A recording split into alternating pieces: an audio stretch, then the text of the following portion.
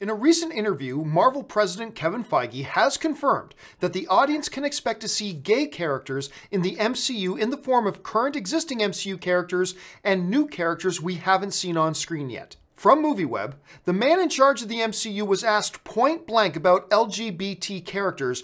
When are we going to get such characters, and is that in the works? Feige simply said yes, and when pressed for clarification as to whether or not that's going to be a character we've already seen or a new character, Feige said both. He went on to clarify his point when he said the following: both ones you've seen and ones you haven't seen. Now, it should be pointed out that Tessa Thompson and director Taika Waititi have both stated that her Thor Ragnarok character, Valkyrie, is indeed a bisexual character, so we know of at least one in the MCU already. According to Feige, more will be coming. And to me, this just makes common sense. Look, the MCU haven't exactly been at the forefront of pushing boundaries and making big milestone changes, but when it does, it makes a big impact.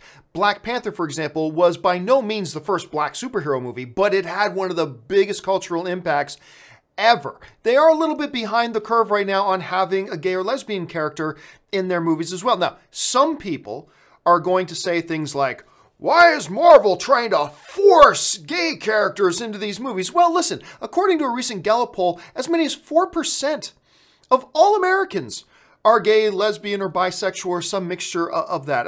That's like 1 out of every 25 people you come across would identify with that community.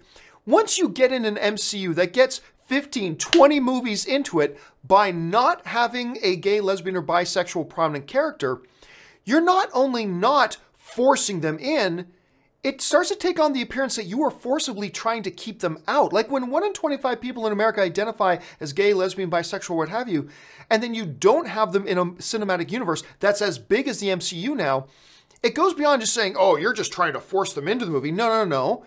It's starting to get to the point where you are forcibly trying to keep them out.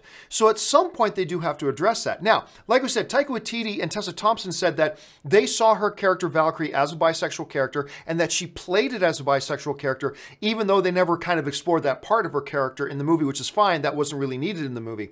So I'm not surprised at all to hear Kevin Feige say that we've already got those characters in the MCU, such as in the form of Valkyrie. Whether they'll explore it a little bit more or not, we'll see. But also that we're going to get new characters moving forward. And again, once you get your cinematic universe to the size that the MCU is, you have to start addressing these things. So I think it's great.